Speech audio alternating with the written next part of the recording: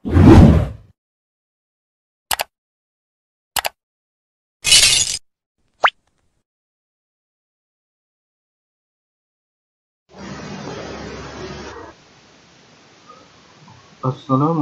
warahmatullahi wabarakatuh. Kembali lagi bersama saya di channel Muhammad Afghani, channel yang membahas seputar lowongan kerja untuk teman-teman semua. Tak perlu berlama-lama, langsung saja kita ke TKP. Direktorat Jenderal Aplikasi Informatika, Dirjen Aptika, yang pada awalnya Dirjen Aplikasi Telematika, Dirjen Aptel, didirikan dalam rangka pengembangan informasi dan communication teknologi yang efektif di Indonesia. ICT tidak dapat dilepas dari unsur 3C, yaitu communication, computer, dan konten, yang kemudian digagas sebagai logo Kemkominfo yang merupakan susunan 3 huruf C dalam grasi warna biru.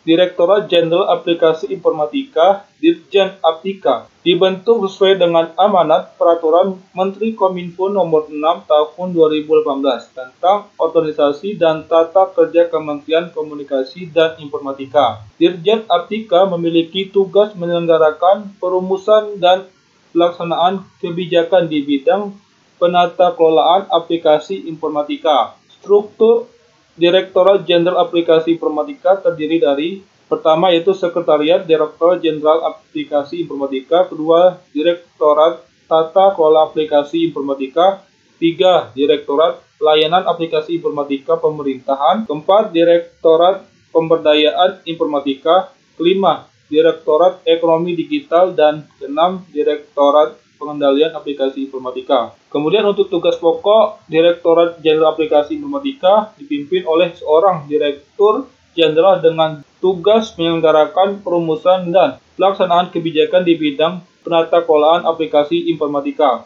Kemudian untuk fungsinya, pertama merumuskan kebijakan di bidang penata kelolaan e-government, e-business, dan keamanan informasi, meningkatkan teknologi dan infrastruktur aplikasi informatika, serta pemberdayaan informatika. Kedua, melaksanakan kebijakan di bidang penata kelolaan e-government, e-business, dan keamanan informasi, peningkatkan teknologi dan infrastruktur aplikasi informatika, serta pemberdayaan informatika. Kedua, penyusunan norma, standar, prosedur, dan kriteria di bidang penata kelolaan e-government, pelaksanaan pemberian bimbingan teknis dan supervisi di bidang penata kelolaan e-government, pelaksanaan evaluasi dan pelaporan di bidang penata kelolaan e-government, e-business, dan keamanan informasi, meningkatkan teknologi dan infrastruktur aplikasi informatika, serta pemberdayaan informatika, pelaksanaan administrasi Direktorat Jenderal Aplikasi Informatika, dan pelaksanaan fungsi lainnya yang diberikan oleh Menteri. Teman-teman bisa kunjungi media sosialnya, yaitu di Instagram yang bernama yaitu Dirjen Aptika Kominfo. Kemudian teman-teman bisa klik link atau website yang ini, yaitu aptika.kominfo.co.id. Lalu teman-teman bisa klik informasi, kemudian klik pengumuman. Kemudian teman-teman bisa klik seleksi penerimaan PPNPN di lingkungan Sekretariat Dirjen Aplikasi Informatika Kemkominfo RI. Lalu scroll ke bawah. Kemudian untuk posisi yang sedang dibuka yaitu sebagai analis advokasi yang bertugas sebagai melakukan review terhadap peraturan perundang-undangan, melakukan drafting terhadap jadwal, duplik, dan kesimpulan atas perkara yang dihadapi oleh Kementerian Kominfo. Dirjen Aptika sebagai pihak menghadiri persidangan, menyiapkan bahan atau dokumen hukum, penanganan perkara atau konsultasi hukum, dan melakukan tugas administrasi hukum. Kemudian untuk persyaratannya itu warga negara Indonesia, sehat jasmani rohani, berusia minimal 20 tahun dan maksimal 30 tahun saat mendaftar, tidak pernah dipidana dengan tindakan pidana penjara, berkelakuan baik dibuktikan dengan SKCK yang masih berlaku, tidak pernah diberhentikan dengan tidak hormat, tidak atas permintaan sendiri atau dengan hormat sebagai PNS, prajurit TNI, Kepolisian Republik Indonesia. tidak pernah diberhentikan dengan tidak hormat sebagai pegawai swasta, tidak berkedudukan sebagai CPNS, PNS, prajurit TNI, atau anggota Polri. Kemudian tidak menjadi anggota atau pengurus parpol atau terkait politik praktis.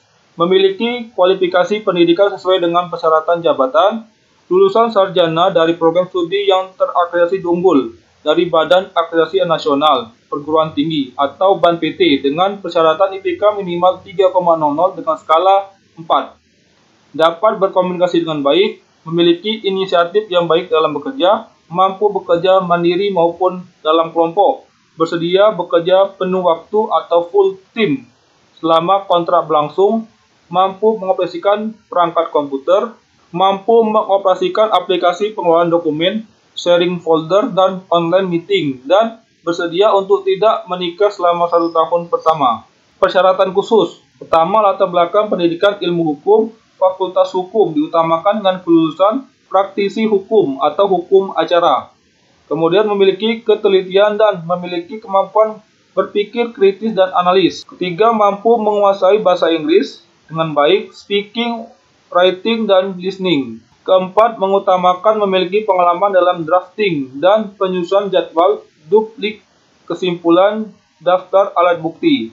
Kemudian untuk tata cara pendaftarannya, pertama teman-teman mengirimkan aplikasi lamaran yang ditujukan kepada Sekretaris Dirjen Aplikasi Informatika melalui surat elektronik ke alamat email berikut, yaitu hkaptika@kominfo.co.id dengan subjek email hk_analis_advokat_nama pelamar, atau teman-teman bisa lihat contoh yang ada di sini.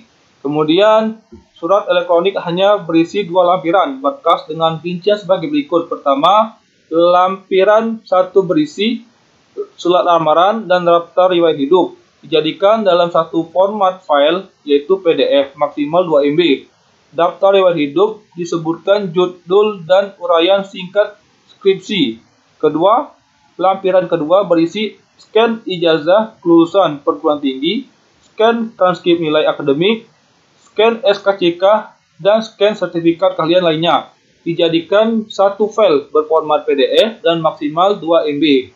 Kemudian untuk jadwal rekrutmennya. Pertama, tanggal 18 November sampai 2 Desember 2022, yaitu pendaftaran dan pengumpulan berkas. Kedua, tanggal 5 Desember 2022, pengumuman luas seleksi administrasi.